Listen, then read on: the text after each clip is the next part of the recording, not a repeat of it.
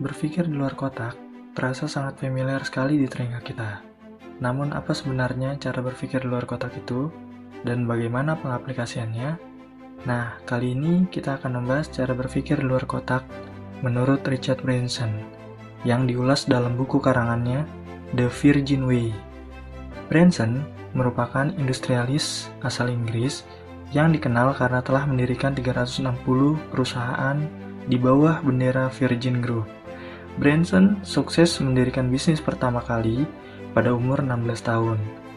Ia termasuk orang yang memiliki bisnis dan ide brilian dalam pengembangan bisnisnya, yang jarang sekali terpikirkan orang lain. Bisnisnya bermula ketika ia mempublikasikan majalah bernama Student. Kemudian mendirikan sebuah bisnis audio record, mail order, pada tahun 1970. Dan pada tahun 1972, ia membuka retail toko kaset, Virgin Record, yang kemudian menjadi Virgin Megastore.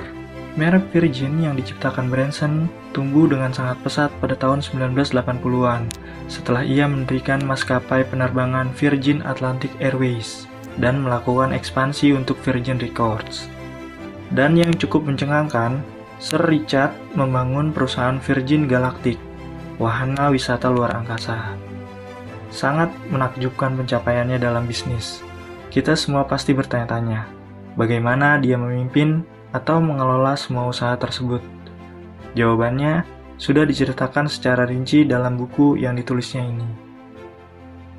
Banyak sekali yang diulasnya dan sangat mendalam tentang gaya Virgin dalam buku saktinya ini, yang dibagi dalam 4 bagian utama: mendengar, belajar, tertawa, dan pimpin.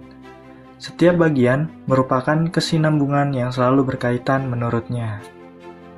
Kata-kata epiknya, kau tak perlu berpikir di luar kotak jika kau tak membiarkan siapapun membangun kotak itu di sekitarmu. Ini cara berpikir orang yang bebas dan membebaskan diri dan pikirannya. Oh iya, sekedar informasi, Sir Branson ini pengidap disleksia, jadi sangat menginspirasi sekali pastinya.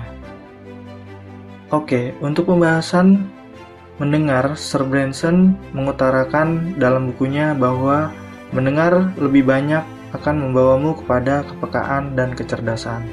Dia menekankan berkali-kali, perbanyaklah mendengar dan lebih sedikitlah bicara. Dan dia juga menjelaskan untuk selalu mencatat detail kecil sekalipun dari hal-hal yang kau dengar dari setiap orang, baik keluarga, rekan bisnis, atau bawahanmu.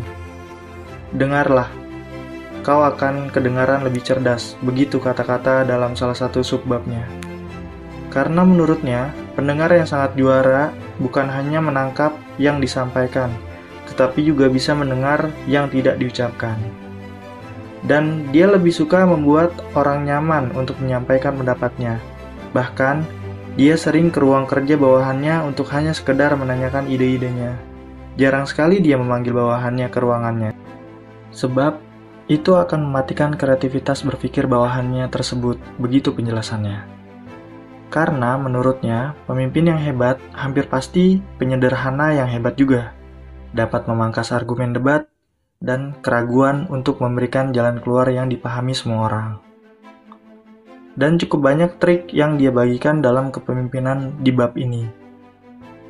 Untuk pembahasan bab belajar, Sir Branson menekankan di bagian pertama bab ini bahwa hierarki yang selalu dilandasi perintah biasanya mengingkari kepemimpinan.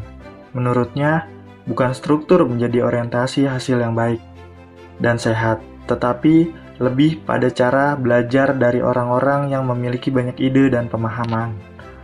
Dia tidak menyukai ada kesenjangan antara atasan dan bawahan di perusahaannya, dan juga disinggung soal keberuntungan yang seringkali tidak dihargai.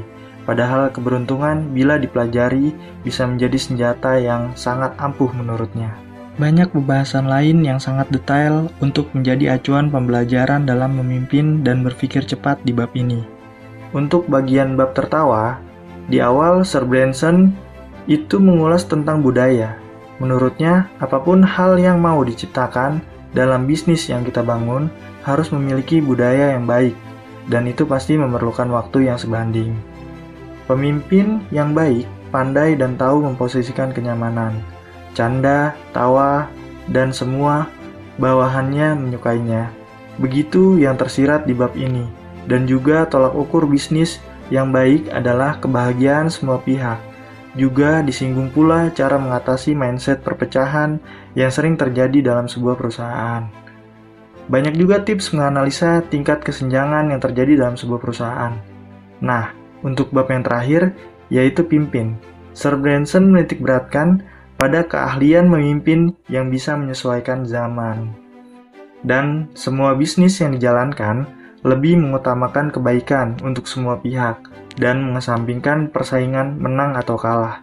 Karena menurutnya, bisnis bisa bermanfaat bagi semua orang. Namun, sayangnya tidak semua orang sependapat dalam memandang kehidupan dan bisnis. Dia juga menyinggung kita harus berjuang membangun serta mendukung dalam komunitas yang kuat, karena pada dasarnya kita adalah makhluk sosial. Dan di bagian akhir, Sir Richard Branson memberikan 10 nasihatnya, yaitu yang pertama, ikuti mimpimu dan lakukan saja. Yang kedua, ciptakan perubahan positif dan berbuat baik. Yang ketiga, yakini idemu dan jadilah terbaik. Yang keempat, bersukarialah dan jaga timmu. Yang kelima, jangan menyerah. Yang keenam, simak, catat, dan ciptakan tantangan baru. Yang ketujuh, delegasikan dan perseringlah berkumpul bersama keluarga. Yang kedelapan, matikan laptop dan handphonemu, lalu keluarlah. Yang kesembilan, komunikasi, kolaborasi, dan komunikasi lagi. Yang kesepuluh, lakukan yang kau suka dan taruh sofa di dapur. Demikianlah pembahasan berpikir di luar kotak menurut buku The Virgin Way. Untuk lebih mendetailnya, silahkan membaca bukunya. Terima kasih sudah menonton channel ini. Saya Ican, salam satu ilmu.